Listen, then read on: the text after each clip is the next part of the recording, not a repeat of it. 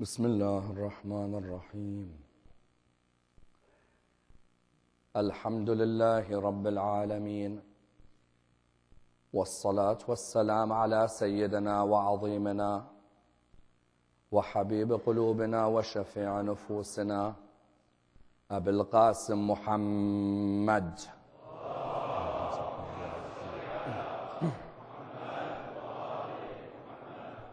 وعلى أهل بيته الطيبين الطاهرين وأصحابه الغر الميامين.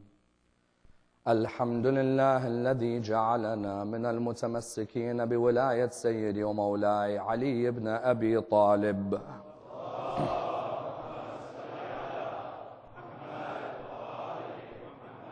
الحمد لله الذي هدانا لهذا وما كنا لنهتدي لولا أن هدانا الله. أما بعد، يقول الله في كتابه الكريم: بسم الله الرحمن الرحيم. يا أيها الذين آمنوا إذا قيل لكم تفسحوا في المجالس فافسحوا يفسح الله لكم. The first of our salawat in honor of Rasulullah Muhammad sallallahu alayhi wa alihi wa sallam. Allahumma salli ala Muhammad wa ala Muhammad. The second in honor of Amir al-Mu'mineen Ali ibn Abi Talib. Allahumma salli ala Muhammad.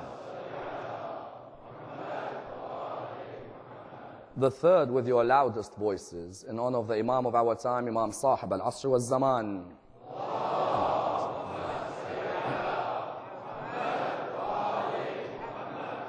Respected scholars, brothers and sisters, Assalamu alaikum wa rahmatullah wa barakatuh. The verse in question, verse 11 of chapter 58 of the Holy Quran, is the only verse in the Holy Book which discusses the philosophy and history of Majalis. The word Majalis is translated in the English language as congregational gatherings. As we know, the religion of Islam prides itself on being a holistic way of life. It prides itself on being a holistic system of values by which the human being can live. It provides you guidelines in the theological sphere, guidelines in the ethical sphere, guidelines in the legal sphere, guidelines in the spiritual sphere, and likewise it provides you with guidelines in terms of the social sphere. The human being is a social animal, and therefore the human being requires guidance on the social sphere. In terms of the social sphere, the religion of Islam provides you with a set of etiquettes socially. When one observes these etiquettes, they are able to maintain their discipline as a human being. You find, for example, that within the narratives there are social etiquettes, for example, how to walk as a human being, how to talk as a human being, how to sit, for example, how to eat, for example, how to engage in interaction with others. One of the most important social etiquettes which the religion of Islam sought to discuss was the etiquette of the social gathering, or the etiquette of the congregation. If you look in the Muslim world today, you'll find that there are millions upon millions of people who over the next couple of months or so will sit together in congregations where they'll honor the message of the grandson of the Prophet. You find that these are, of course, known as majalis. These congregational gatherings are known as majalis. However, these congregational gatherings have come under intense scrutiny recently. They've come under intense scrutiny from outside the school of Ahlul Bayt and from within the school of Ahlul Bayt. What do I mean? I mean, from outside the school of Ahlul Bayt, you'll find an intense scrutiny where there is a malicious attempt to try and lower from the status of these gatherings. This malicious attempt tries to highlight that these gatherings are innovations. They have got absolutely nothing to do with the message of the Prophet. They were not there in his time, and therefore any gathering which he did not institute is not part of the religion of Islam. As an even more malicious than this, would you believe, is some of the rumors and some of the hatred mongering which comes forward and states that the actions which take place in these congregational gatherings are actions against the Sharia. What do I mean? In Pakistan in the 1980s, in order to fuel sectarian hatred, You had a number of books, leaflets, and pamphlets which were produced.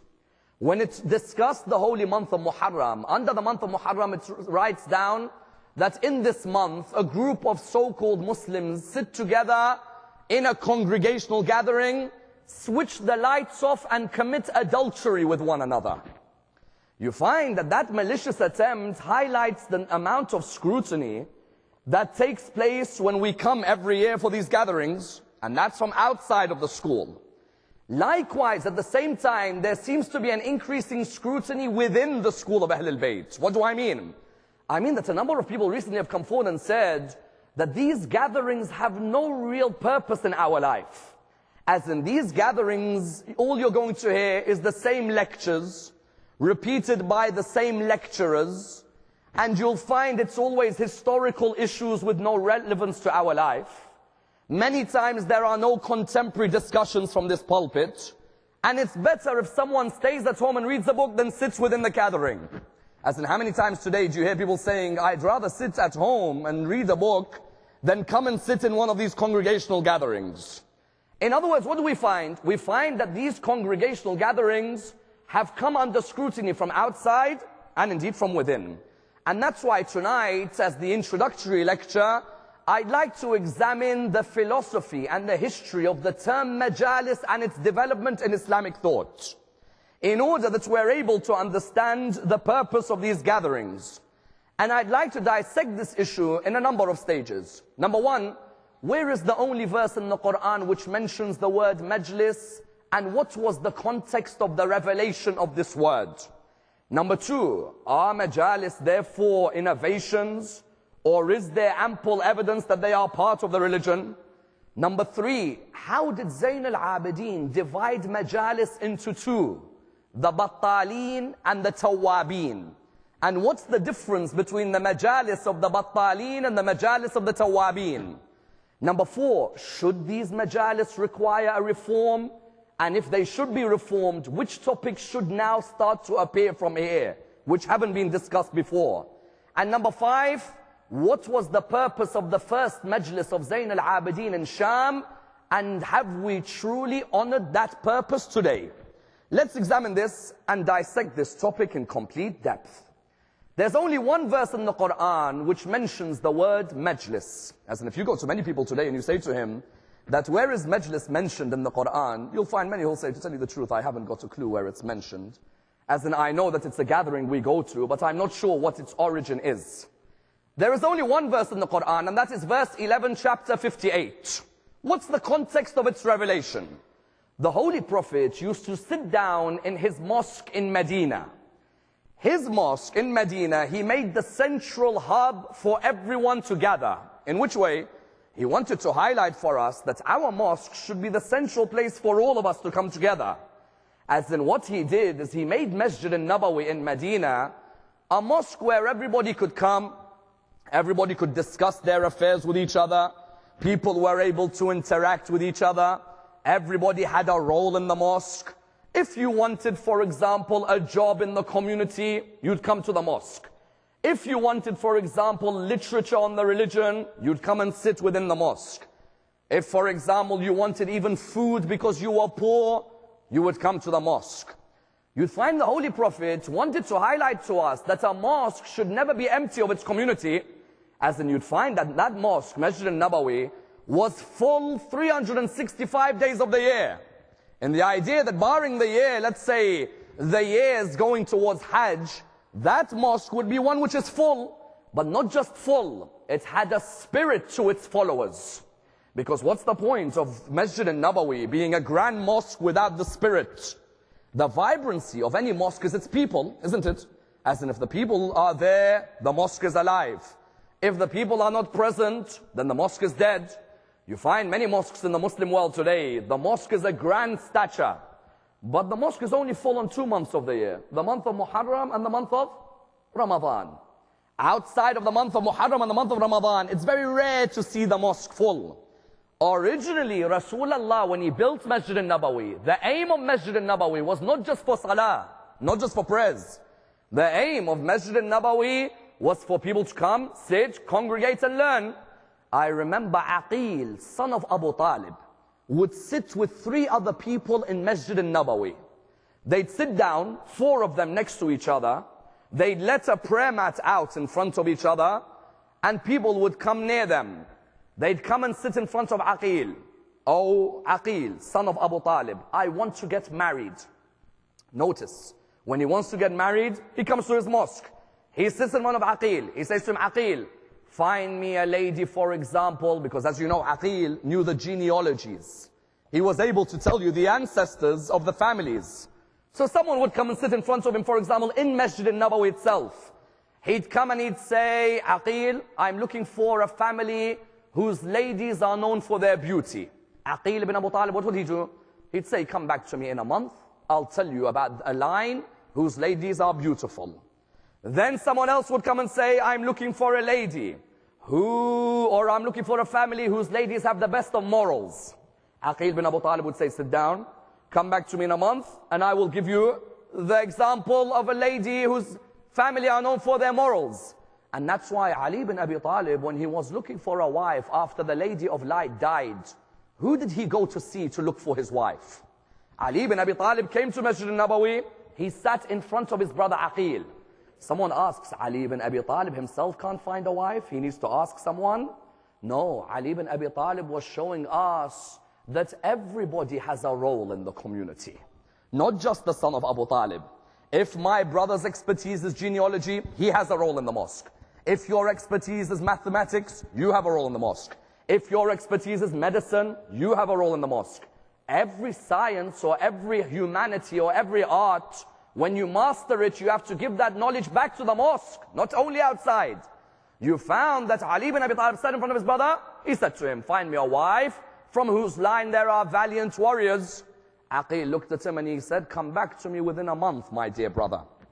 When he came back, he said to him, there is a lady by the name of Fatima bint Hizam al-Kilabiyya. Of course, her name wasn't al-Banin. Her name was Fatima bint Hizam. al-Banin was a title later. Whenever she would see Amir al-Mu'mineen, remember, Fatima al-Zahra, she'd see a tear being shed. So she said, change my name to al-Banin. Therefore, Masjid al-Nabawi was a central hub. Likewise, in Masjid al-Nabawi, Rasulullah used to sit on a ledge next to where he is buried today. The ledge in the Arabic language was called Suffa. And that's why those of you who've been to Hajj, when you go to Medina first, have you seen the ledge around the grave where you see these men standing with sticks? So you find that that ledge around his grave, that ledge which was around his grave, he used to sit there. Ashab al-Suffa, some of them, who were they? They were the poor members of Medina. They were poverty-stricken. When Rasulullah would sit there, they'd come and sit next to him. For example, the known companion of the Prophet, Abu Huraira, who was a companion of the Prophet for the last few years of his life. Abu Huraira was of Ashab al-Suffa originally. He was from the people of the Suffa. They would sit near that ledge.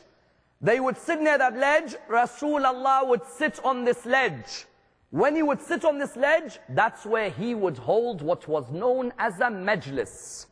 Someone said, Ammar, how could you hold a Majalis when Imam al-Hussein hasn't died yet?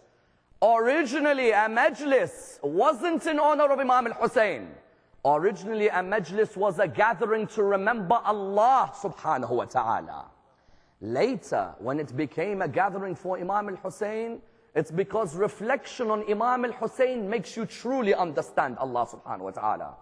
But originally, a Majlis, when Rasulullah would sit on the Suffa, originally, what was the Majlis? Originally, the Majlis was, he would sit there, and these companions would sit near him, and he'd give a lesson to the companions in relation to the religion of Islam. So these companions would sit near him, and they would love him so much that they'd actually stick to him like glue. As in, imagine now, I'm sitting down on this mimbar, and you find someone who says, you know what, said Ammar, I want to come and sit either side of you. One sits here, another sits here, and they stick next to me. I'd probably say to them, sit back down if you don't mind. Rasulullah, no, Rasulullah's morals and etiquettes are the highest of morals. Rasulullah, they'd stick next to him when he's giving his majlis, when he's giving the remembrance of Allah subhanahu wa ta'ala. When they'd sit next to him, Rasulullah would not say anything. Now you can imagine if you're giving a lecture and someone is sticking right next to you. Why? Because they see you as a mercy while you're alive, isn't it? As in Rasulullah, not just physically, but spiritually, the energy that surrounds him is a pure, unique energy. And that's why in the school of Ahlul Bayt, we're unique in our belief that Rasulullah, dead or alive, his energy is the same. If his body is under the ground, the pure soul of Muhammad is above the ground. Hence in salah, when you say to him, Assalamu alayka ayyuhan nabi, you expect a salam back from him, don't you? It's because you know that that soul is still there. You found that he would sit and they'd be squeezing, he wouldn't say anything, until one day, Qais ibn Thabit walked into the Majlis. When Qais ibn Thabit walked into the Majlis, nobody stood up for him. Qais ibn Thabit was a scholar of the scholars of Islam. Qais ibn Thabit was a warrior at the Battle of Badr. Rasulullah was sitting, they were sitting next to him. Rasulullah saw that when Qais walked in, instead of those sitting next to him standing up and saying, this is a man of knowledge, they remained seated. As in, for example, myself, with my little knowledge that I have, when I've walked into this mimbar, people stand up out of that recognition of a little amount of knowledge. Someone like Qais ibn Thabit, Rasulullah was saddened that Qais ibn Thabit walks in and you're sitting down while an alim has walked in. As soon as he saw this, it hurt him that nobody made any space for Qais. They stayed sitting down. Whatever hurts Muhammad hurts Allah subhanahu wa ta'ala. And that's why Allah subhanahu wa ta'ala straight away revealed the verse, the only verse in the Quran where the word majlis is used. Bismillah ar-Rahman ar-Rahim. Ya ayyuhalladhina amanu. Oh, you who believe. إِذَا قِيلَ لَكُمْ تَفَسَّحُوا فِي الْمَجَالِسِ فَافْسَحُوا يَفْسَحِ اللَّهُ لَكُمْ. Oh, you who believe, when it's told to you to make space in the majalis, make space. Meaning what? Meaning that there's a social etiquette. When a man of knowledge walks into a majlis, there's an etiquette the religion of Islam pointed at. You see the intricacies of this religion? Even the most minute detail it focuses on. That the Jews, when this verse was revealed, the Jews, you know what they said? Muhammad is a man who has a class system in his religion. I said, what do you mean? Said Muhammad puts the people of knowledge higher than any other human. No, Rasulullah wasn't saying they're higher than everybody else. Rasulullah was saying reverence to an alim is obligatory on every Muslim. Why? Because that scholar has taken it upon themselves not only to go and gain knowledge, but to disseminate knowledge as well, isn't it? As in, there are many of us in this hall who read books, but there's not many of us who disseminate what we read. We keep it to ourselves. Imam al-Ghazali used to say, treat your knowledge like you treat your wealth. You earn wealth, and what do you do with wealth as well? You save it, and you spend it. Your knowledge. Earn it, save it, spend it. You found that Rasulullah wanted to highlight, when a scholar walks into a majlis, the social etiquette is for the people to stand up. You find here that it highlighted that Islam had a social etiquette even for a congregation. As in even a congregation, when people come together, be it a congregation of happiness or a congregation of mourning, Islam had an etiquette for it. And that's why the etiquettes have to continue today. Why? Because if we can't look after our morals in our mosques, forget telling the world about morality. There's too many of us who want to change the world when we can't even change our own mosque. We've forgotten some of the etiquettes of the majalis in our mosque, and we want to go to the world and tell them we are a religion of morals. The problem is, do we observe these morals in our gatherings or no? What do I mean? I mean there are, in the same way Rasulullah, in the first majlis in the Quran, in the same way Rasulullah wanted social etiquettes to be observed, you find a lack of social etiquettes today in certain gatherings. What do I mean? Amongst the social etiquettes, when you're sitting in a majlis, remembering Allah subhanahu wa ta'ala, remembering His words and His verses, amongst the etiquettes is not to chew gum when you're sitting when Allah's name is being mentioned. As in, how many do you see today sitting in a majlis, the Quran is being recited, he's chewing gum in front of you, right in front of you, as if he's sitting in his front lounge at home. You're sitting in the house of Allah subhanahu wa ta'ala. With a non-Muslim, if you went to their house, you'd sit in front of him and chew gum like that? Oh no, you'd have that reverence. That's when I've come to a gathering, I'm not going to sit and chew gum while a speaker is speaking. You'll find some people will only not chew gum in the month of Muharram, because that's when everybody becomes holy. Other than that, if it's a normal Thursday, you may find sitting away, chewing one bit after the other, as if there's no problem. That's an etiquette number one. Number two, today, how many times you find in a majlis someone sticking his feet out right in front of you? Say, excuse me, where are you sitting? You're sticking your feet out like that in front of me.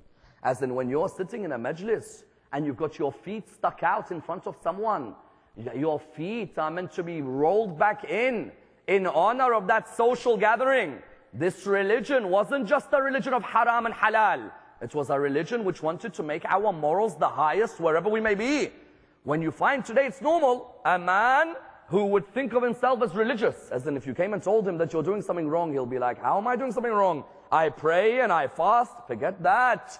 That the legs being stretched out, that's a social etiquette that has to be corrected. Allama Muqaddas al-Ardabili, may Allah bless him. Do you know that never once in his life, never once, did he stretch his feet out? The narrations from his students as well and from his family members, never once in his life, if he's in a gathering, would he stretch his feet out in front of anyone. They asked him, Allama, why don't you stretch your feet out? Is it haram? He said, no, it's not haram. They said to him, then why don't you stretch your feet out when you're in a gathering? He said, I'm worried that the imam of my time may be in the seat in front of me. Isn't it?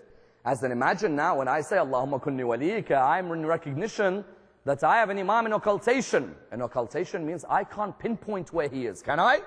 Now if I'm sitting in a majlis and my feet are sticking out, how do I know that my feet aren't sticking out on the grandson of Fatima al-Zahra? As in, there needs to be a recognition here, number two. Number three, a culture, even within Majalis today, what do you find? A culture where it's normal for someone to take their phone out and contact somebody else on the phone. Subhanallah. As in, you'll find him texting, the Maulana speaking as if there's no problem. Texting away, or what is it today, BBMing and all of these things. You find moving, yes, as if nobody is listening to Allah's words when Allah's Quran is being recited. How dare I click on my phone when Allah subhanahu wa ta'ala's name is being mentioned? And even if I take it a step further, you'll find today a youth may sit on the wall while someone older than him is sitting without a wall behind him. A youth finds it normal that my back is relaxed on a wall while someone double my age is sitting in front of me without anyone to look after him. In other words, what are we saying? There's an etiquette to every social gathering. From the time when the verse was revealed in Medina until today, there's an etiquette. And even on a side note, I tell you, even this culture of majalis on the internet is destroying some of our gatherings. Now someone will say, well, who are you to say that? Considering that you may have lectures on the internet as well. The internet is like a knife. It can kill a human or it can cut an orange. It has its benefits and it has its disadvantages. Amongst its benefits is for someone elderly, they can listen to a majlis on the internet. Someone who may be pregnant can listen to a majlis on the internet. Someone in an area where there's no majlis, they can listen to it on the internet. But for someone who lives half an hour away from a mosque, for them to give an excuse that I will not attend the gathering because I'm tired. That man who you're honoring in the mosque, you think he wasn't tired on that day on the 10th of Muharram. As in when you come and leave your mosques empty and you allow for a mosque to be without that spiritual reverence because you're tired so you can click on a majlis. I tell you, anyone who listens to a majlis on the internet, the feeling and the vibe is never the same. You can listen as much as you want, but to see the speaker in front of you makes something completely different. And also not just that, I come to the majlis not because I want to come and learn only. I want to meet people of my community. I want to see how people are doing in my community. I want to honor the message of the religion of Islam. In other words, the Quran highlighted in Surah 58 verse 11 that there was an etiquette to the majalis which had to be observed. The question then arises, therefore, is the majlis a bid'ah? Is it an innovation? The answer is of course no. Number one, because of this verse which highlights that Rasulullah, while he was alive, he had already conducted a majlis while he's in Medina. Likewise, you go a step further. Is it an innovation? No, it's not. Because through a majlis, you're honoring verses of the Quran which are obligatory upon you. What do I mean? I mean that there are series of verses in the Quran which you're honoring when you're within a majlis. For example, amongst the verses, if someone tells you a majlis is an innovation, amongst the verses, Bismillah ar-Rahman ar-Rahim, chapter 42, verse 23. قُلْ لَا أَسْأَلُكُمْ عَلَيْهِ أَجْرًا إِلَّا الْمَوَدَّةَ بِالْقُرْبَى. Quran said, I do not ask from you anything except love for my family. When I come to a majlis, aren't I observing the principles of this verse? As in, when I come to a majlis, I'm coming to honor this verse. Rasulullah was told by his Lord, قُلْ لَا أَسْأَلُكُمْ عَلَيْهِ أَجْرًا إِلَّا الْمَوَدَّةَ بِالْقُرْبَى. I don't ask anything from you except love for my family. You find therefore, that's a verse, another of the verses, Surah 7, verse 157. Bismillah ar-Rahman ar-Rahim. فَالَّذِينَ آمَنُوا بِهِ وَعَزَرُوهُ وَنَصَرُوهُ وَاتَّبَعُوا النُّورَ الَّذِي أُنزِلَ مَعَهُ. Please listen to the verse. Those who believe in the Prophet Muhammad and those who honor the Prophet Muhammad. Are we not honoring the Prophet Muhammad when we come to a majlis of Imam al-Hussein? As in, didn't the Prophet himself say, Hussein is from me and I am from Hussein. Allah loves the one who loves Hussein. When I come, the Quran tells me whoever honors the Prophet is successful. I come to a majlis, I'm honoring Rasulullah. Rasulullah told me part of his sunnah is to honor Abu Abdullah. That's another verse. Another verse in the Quran which highlights Majalis and our role and our acts. Surah 33 verse 56. When Allah says, إِنَّ اللَّهَ وَمَلَائِكَتُهُ يُصَلُّونَ عَنِ النَّبِيِّ يَا أَيُّهَا الَّذِينَ آمَنُوا صَلُّوا عَلَيْهِ وَسَلِّمُوا تَسْلِيمًا. Allahumma salli ala Muhammad wa Muhammad. That's another verse. Allah and His angels send their blessings on the Prophet. Oh, you who believe, it's your responsibility now. It's an obligation for you to send your blessings. When I come to a majlis, aren't I sending my blessings on the family of the Prophet? Aren't I sending my blessings on the Prophet himself? Those who came in Pakistan or in Saudi Arabia and said that your majalis are where you switch off the lights and commit adultery. Come to a majlis, come and see, other than the remembrance of Muhammad and Al-Muhammad, is there anything else that's being done? Even go a step further. When a great-grandson of the Prophet himself originates a majlis, can it be an innovation? As in, would someone like Imam al-Sadiq innovate? Impossible. Imam al-Sadiq, who taught grandmasters like Abu Hanifa, like Malik ibn Anas. Imam al-Sadiq would never innovate. These students never once would they say that Ja'far ibn Muhammad was an innovator. They'd always say Ja'far ibn Muhammad, whatever he said, was in line of his grandfather. You know, in the month of Muharram, Imam al-Sadiq, what he would do? In the month of Muharram, he'd call Ja'far bin Affan. He'd say to him, Ja'far, let's sit in a majlis. Remind me of what happened on the 10th of Muharram. And Ja'far would recite, and Imam al-Sadiq would be overcome with tears while listening. And then he'd say to him, oh Ja'far, do you think it is only us who are in this majlis crying? Know that the angels come to a majlis to weep for Abu Abdullah al-Hussein. In other words, Imam al-Sadiq, if Imam al-Sadiq thought a majlis is an innovation, Imam al-Sadiq would have said, no majalis, you cannot congregate, there is no such thing as mourning. On the contrary, Imam al-Sadiq, through his actions, he highlighted. That's why the next issue arises. How did Imam Zayn al-Abidin, therefore, divide majalis? This is something quite beautiful. Why? Because when you look in Islamic literature, you'll find majalis are rarely mentioned. As in the Quran, chapter 58, verse 11. Imam Zayn al-Abidin mentioned majalis in one particular dua of his. Dua Abu Hamza Thamali. You know that dua in the month of Ramadan? When you recite it and you keep flicking the page and you think there's about another 30 pages left. And you keep flicking and you're like, only on the 23rd night would I do such a thing. That dua of Abu Hamza Thamali, I tell you, you are hard-pressed to find a supplication in this religion like dua Abu Hamza Thamali. And I tell you, the school of Al-Muhammad, you know what differentiates them from any other school in Islam? The spirituality that comes from their supplications puts them miles above everybody else. As in, show me any other school in Islam. Theologically, fantastic. Legally, fantastic. No one in any other school can make a supplication like Zayn al-Abidin. Zayn al-Abidin, when he begins to supplicate, nobody can come him in the message of his supplications. Be it Dua Abu Hamza, be it Dua Makarim al-Akhlaq, be it any of the du'as in Sahiba Sajjadiyah, Imam Zain al-Abidin, in Dua Abu Hamza al-Thamali, what does he do? In Dua Abu Hamza al-Thamali, sit them down. In Dua Abu Hamza al-Thamali, what does Imam Zain al-Abidin do? Imam Zain al-Abidin, in Dua Abu Hamza al-Thamali, he divides Majalis into two. Majalis, the first type of Majalis Imam talks about is the Majalis known as Majalis al-Battalin. What does he mean, Majalis al-Battalin? Majalis al-Battalin can affect us today in Toronto. In which way? Majalis al-Battalin is when I go to a Majlis, the first opinion is when I go to a Majlis and my only intention in going to that Majlis is to sit and gossip and make rumors about the community.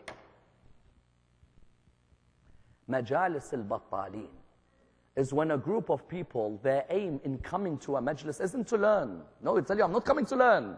I'm coming to sit and see what's the politics in our community at the moment. Who shall we attack now? Because you know, every month someone's hung on the washing line, isn't it? Every month. We have someone else goes on the washing line. One day it's you. When it's over with you, they've put someone else on the washing line. And if you're unfortunate, you may come back to that washing line again. You find Majalis al-Battalin, what are they? Imam Zain al-Abidin says, Ya Allah, keep me away from Majalis al-Battalin. In which way? In the idea that Majalis al-Battalin, the people who come to them are those whose only interest is gossip and backbiting. I'll come to the mosque. I want to see what is he doing today in the mosque. What's he going to say today? What's he going to act today? I want to see what's she wearing today. How can I attack her today? Is she a hypocrite? Is he a hypocrite? That Majalis, Imam Zain al-Abidin called it Majalis al-Battalin. The people have nothing else to do. You know, idle thumbs makes the work of the devil, isn't it? Imam Zain al-Abidin, what does he say? He says, Ya Allah, keep me away from Majalis al-Battalin. Because those Majalis, the type of people who've come, a Majlis, what is it? When I enter a Majlis, it should bring me out closer to Allah subhanahu wa ta'ala, isn't it? You find that those people, no, there's no closeness. He enters the Majlis, he comes out exactly the same, if not worse. If not worse. That person, when he comes to a Majlis, what's his role when he comes? He comes to a Majlis with only one intention. I've come here to gossip and to backbite. And I tell you, in Islamic history, we had some Majalis of Battalin under some Khulafa, which leave a lot to be desired when you read about them. As in, you find some of the Umayyad Khulafa were known for having Majalis al-Battalin. The Majalis of gossip, hatred and attack. Let me give you an example. In Yemen today, you have 9 million Shia called Zaydi Shia, isn't it? In Yemen, if you go to Yemen, you'll find 9 million Shia known as Zaydi Shia. Who do they follow? They follow Zayd, the son of Imam Zain al-Abidin. They follow Imam Amir al-Mu'mineen, then Imam al-Hassan, then Imam al-Hussein, Imam Zain al-Abidin, and then his son Zayd. You find that the narrations say to us, that's why do they follow Zayd and not Imam al-Baqir? They say Imam al-Baqir never rose against the Caliph of his time, whereas Zayd rose against the Caliph. And so the fifth Imam to them is Zayd. You find Zayd ibn Imam Zain al-Abidin, he died because of Majalis al-Battalin. What do I mean? Zayd had heard that Hisham bin Abd al-Malik, the Umayyad Khalifa, was destroying the very fabric of Majalis. Majalis, when the Quran revealed them, the original meaning was what? The original meaning was that a Majlis is where Allah is remembered. By the time we reached Hisham bin Abd al-Malik, Majalis had reached the stage where Allah and His Prophet aren't remembered. No, they're attacked. Zayd, son of Imam Zain al-Abidin, what did he do? He said, let me go to listen to this Majlis firsthand. As in, if someone ever tells you someone said something in a Majlis, you can either accept it, or you could say, hold on, let me go and sit in the Majlis, and let me see what he says, isn't it? Imam Zayd, what did he do? Zayd went towards the Majlis. When he went towards the Majlis, he sat down. Hisham bin Abd al-Malik was sitting down next to it. Next to him, he had a poet by the name of Al-Akhtal. Al-Akhtal was a Christian poet. Subhanallah, Muslim Caliphate, Christian poet. Those of you who want to do a PhD in Islamic studies, I recommend you try and do a PhD, the influence of Christianity on the Umayyad palace. You'll find unbelievable stories. That sometimes you'll think Muawiyah, when he married Maysoon, Yazid's mother, who was a Christian, you'd think that Muawiyah had an intention to bring Christianity into this religion and remove the religion. You find Hisham bin Abd al-Malik had a poet next to him by the name of Al-Akhtal. Al-Akhtal is reciting his poetry. Zayd, son of Imam Zayn al-Abidin, is standing there in front of him. In his poetry, he began by cursing Rasulullah from the pulpit. Majalis al-Battaleen, the cause of gossip and hatred, nothing else. You'd think he would sit there and honor Rasulullah, remember the legacy of Rasulullah. On the contrary, he says, Al-Akhtal, keep cursing. Zayd stood up. He said, Hisham. Hisham said, who are you? He said, I am Zayd. Zayd who? He said, Zayd, son of Zayn al-Abidin. He said, oh, you, whose mother was the slave girl. Khalifa of the Muslims. You, whose mother was the slave girl, because Zayd's mother was from Sindh. You know, in Pakistan, Imam Zayn al-Abidin had married a lady from Sindh, from Pakistan, modern day Pakistan. You found that this lady who was from Sindh was Zayd's mother. Her complexion was not an Arab complexion. Zayd, therefore, his complexion wasn't Arab. Hisham bin Abd al-Malik, what did he do? He said, you're the one whose mom is the slave girl. Zayd said, it's not an embarrassment. A prophet of God, his mother was a slave girl, Prophet Ismail alayhi salam. His mother Hajar, what was she, a princess or a slave? Slave. He looked at him and he said, how dare you speak to me like this, get out. Zayd said to him at that moment, how dare you curse Rasulullah like this? This is a majlis. A majlis is meant to honor Allah subhanahu wa ta'ala and His Prophet. You've made a mockery of a majlis. You've destroyed the fabric of a majlis. This is Majalis al-Battaleen. Eventually, Yusuf al-Thaqafi, Hajjaj's father. You know Hajjaj, what do you call him? Hajjaj ibn Yusuf.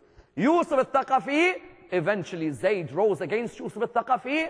You know why Zayd rose at the end? When he heard them at the end of the majlis curse Fatima al-Zahra alayhi salam.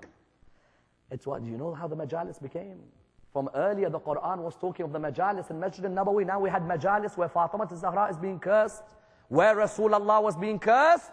Zayd stood up against Yusuf al-Thaqafi. Eventually, they killed Zayd and they burnt his body. They hung his body, then they burnt his body at the end. You found that Majalis al-Battaleen, Imam Zayn al-Abidin, in dua, Abu Hamza al-Thamali says, Ya Allah, keep me away from Majalis al-Battaleen.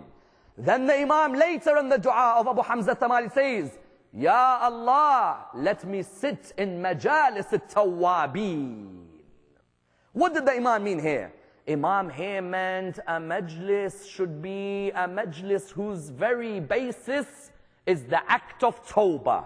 When I come in the month of Muharram, Imam Zayn al-Abidin wanted me to come to a majlis with the intention being that I'm sitting in Majalis al-Tawwabin. You look at how grand the gathering is tonight. All of us want to sit in a majlis of the Tawwabin. Tawwabin means what? The word Tawbah originally comes from the word awab, which means someone who returns. Isn't it? When we say Astaghfirullah Rabbi wa atubu ilayh, what do we mean? We mean, Ya Allah, forgive me, and now I'm returning back to your path. Before Muharram, I've been a sinner, I've been arrogant, I've been rude, I've neglected you and your message. Ya Allah, the month of Muharram brings me back and I'm going to change and I'm going to pledge allegiance and I'm going to continue to be on your path. How many times you see people in this month who haven't been to the mosque the whole year, they come. Sometimes someone says, look, they only come in Muharram. No! Look at the cup half full. Maybe they're coming to change in Muharram. Isn't it? Why look at the cup half empty? Why say, no, they only come in Muharram? Say their majlis of Muharram, according to Zayn al-Abidin dua Abu Hamza al-Thamali, is the Majalis of the Tawwabin. Those who come to the majlis, who sit there with the intention that, Ya Allah, in this holy month, if I haven't worn hijab previously, Ya Allah, the month of Muharram will bring me towards wearing hijab. Ya Allah, this holy month, if I'm the type who listens to music all my life, this holy month, sometimes you find someone who says, but Sayyid Ammar, Muharram and Safar, I don't listen to music. Because of course Allah is awake in Muharram and Safar. The rest of the year Allah goes back to sleep. Unbelievable.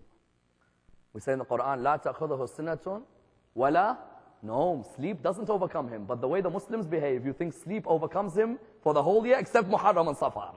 Muharram and Safar, Allah is awake. The rest of the year, sleep doesn't overcome Allah subhanahu wa ta'ala. You find that Majalis al-Tawwabin was a majlis of what? that I'm going to come to the Majlis, and my intention is I'm going to return back to the path of the lovers of Allah subhanahu wa ta'ala. The question then arises in this analysis, do these majalis need reform or no? Because we said that the scrutiny of majalis, not just from outside, from within. Certain people now will admit that we don't come to majalis anymore because it's the same topics repeated every year, there's nothing new. They have a point. They have a point. Because this majlis was meant to discuss every subject. There was no embarrassing subjects. The problem is the mimbar became a place where you repeat the same issue every year without bringing new material. Every year, the intention was what? How can I attack other Muslims? I'm going to prove to you in 10 nights they're all wrong and I'm right. What are you talking about?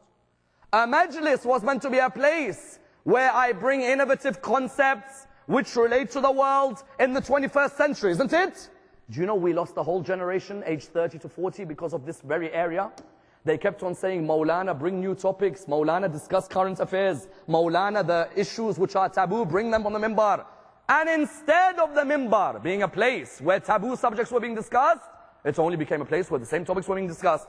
As an example, if now today you want to hear a topic on same-gender relations, same gender, you'll find a topic where today it's rife that people have same-gender relations. Will you ever find someone who's willing on the mimbar to dissect the issue of same-gender relations? You'll find people, the holier-than-thou people, they always sit below the mimbar, not here. You'll find them coming and saying, you can't mention the word homosexuality on the mimbar. You're not allowed to. It's not acceptable. What do you mean it's not acceptable? Allah subhanahu wa ta'ala in the Quran only mentioned 25 prophets. And one of them was a prophet called Lut. Why would Allah mention his story? So you bring it on the mimbar. For many years, taboo subjects, they blocked them from coming on the mimbar. A majlis, which originally was meant to be a place of knowledge, became a place where you just repeat the same stories over and over again.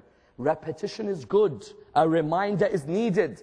But there's nothing wrong with taboo subjects being on the mimbar. Someone says, but it's the sanctity of the mimbar. Ironically, the one who always says that is the one who's never sat on the mimbar. Have I ever come to you when you're a pharmacist and said to you the sanctity of pharmacy? Have I ever come to you when you're a lawyer and said the sanctity of law? Why is it that when someone wants to discuss a taboo subject here, it's always the ones who haven't studied the subject who tell him not?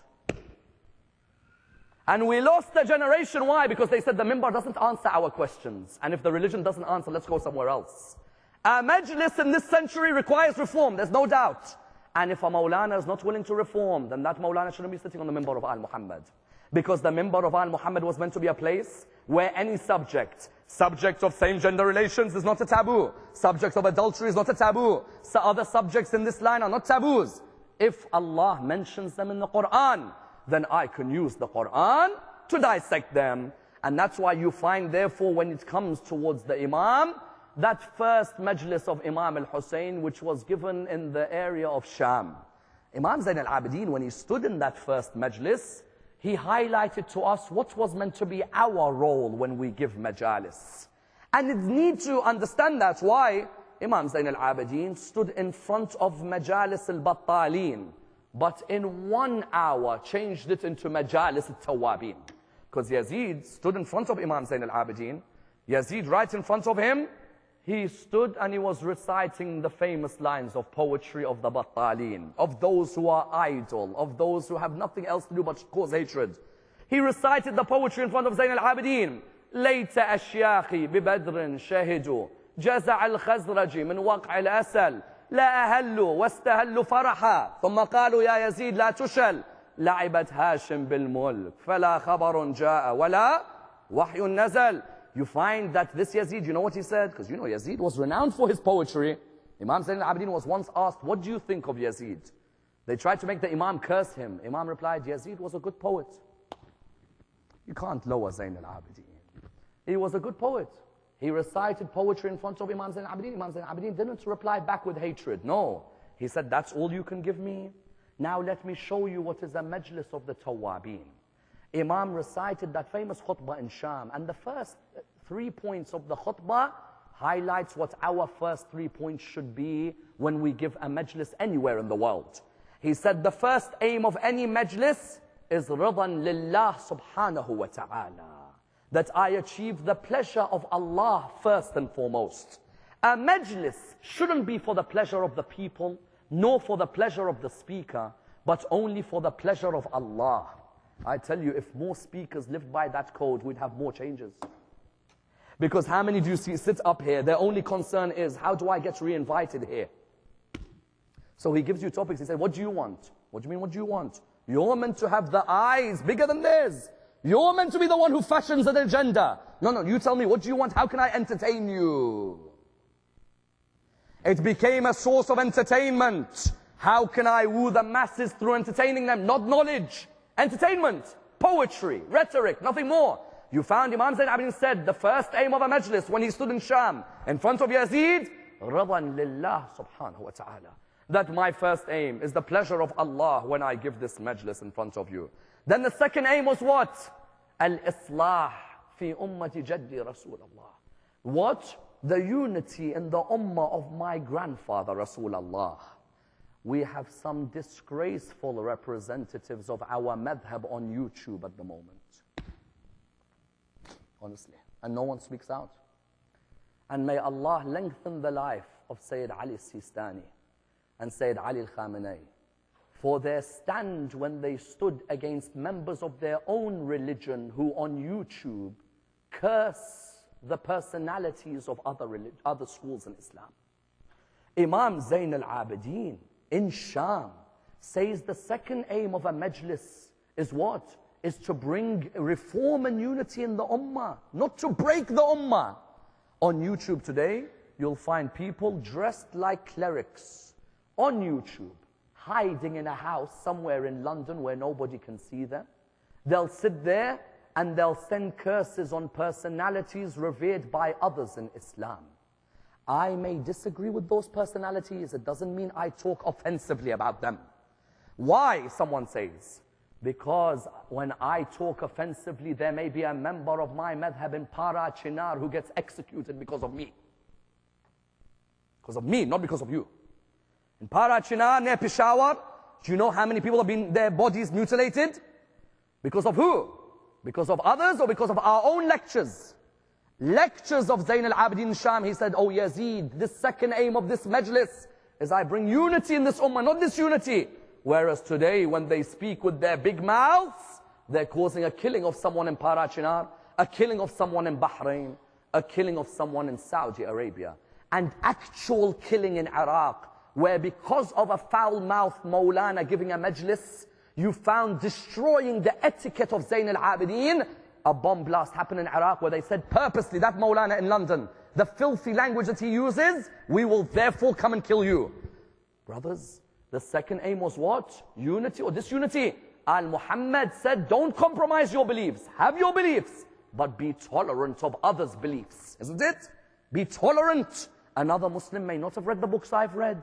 So how could I judge them? Let me give them the books and then let's discuss. The Quran says, وَاعْتَصِمُوا بِحَبْلِ اللَّهِ جَمِيعًا وَلَا تَفَرَّقُوا. Hold on to the rope of Allah, all of you together, and do not disunite. And then thirdly, what was the last aim of the majlis in front of Yazid? To honor those personalities who laid down their lives in honor of the message of Islam. As in how many times in the Quran does Allah say, remember Ibrahim, remember Ishaq, remember Yaqub. Allah orders us, remember those who came before you, honor their sacrifices. Because if it wasn't for their sacrifices, none of you would be here today. If it wasn't for them laying down their lives for you, none of you would have the message today. If it wasn't for every sacrifice on that 10th of Muharram, from the 6-month-old baby, to the man whose hands lay on the ground by the Furat, to the man who the horses trampled on his body when he lay on the ground, to that young nephew of his whose face was like a moon, and by the end they had stuck their feet into his face. Each and every one of them, their sacrifices remain part of the religion. Imam Zayn al-Abidin said, the third aim is that you honor those personalities. And he honored each and every one of them in his speech in Sham. He honored Hamza ibn Abd al-Muttalib. He honored Ja'far al-Tayyar. He honored Ali ibn Abi Talib. He honored, of course, Rasulullah. He honored Fatima al-Zahra. He honored one by one until he came to the honoring of his father, Imam al-Hussein. Because ultimately, that relationship between a father and a son is the most delicate relationship. And especially if you didn't have a mother in your life.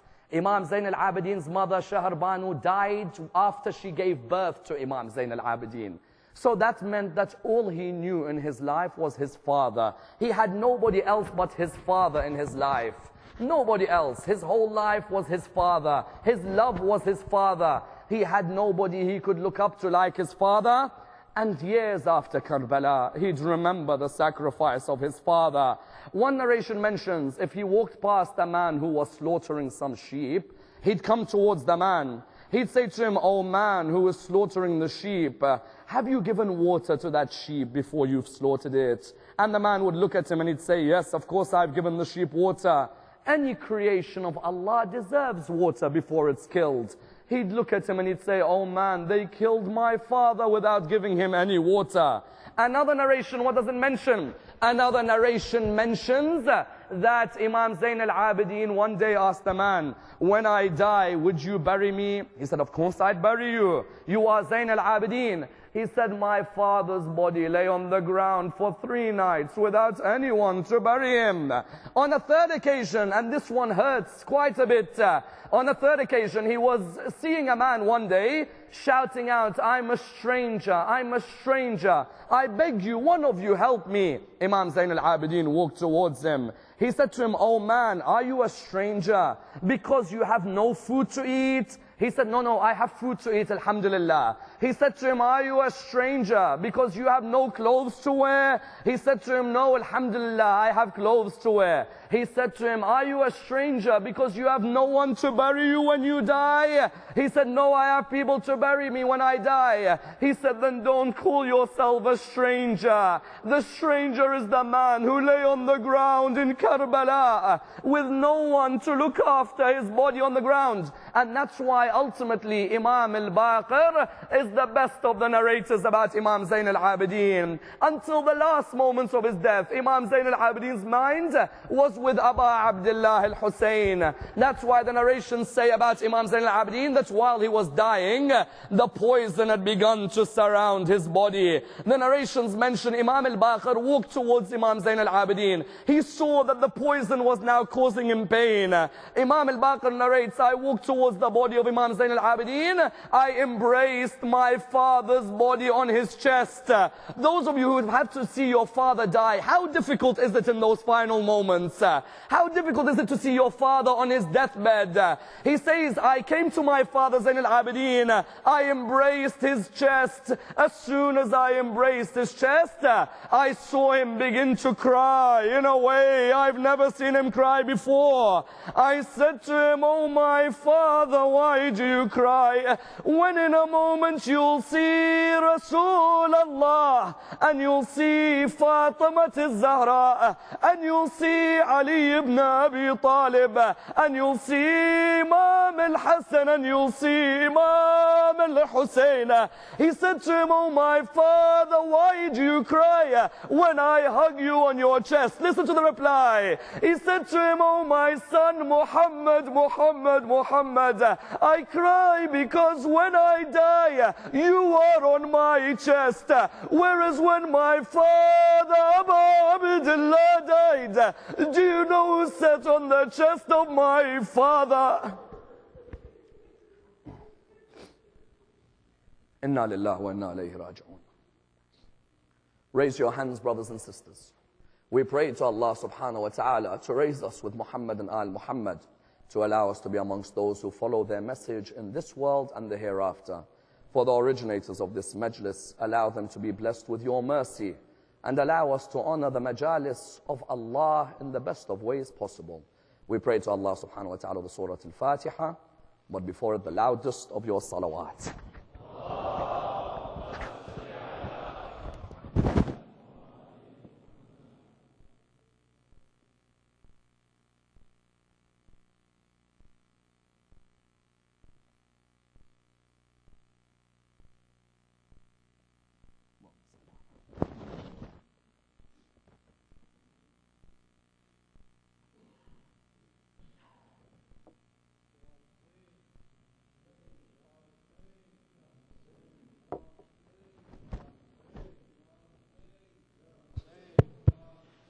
Ya Hussein, Ya Hussein,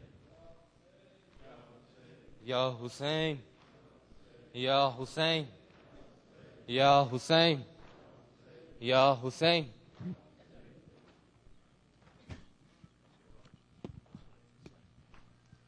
Ya Hussein, Ya Hussein, Ya Hussein, Ya Hussein, Ya Hussein. सब मिलके पढ़िए. Ya Hussein,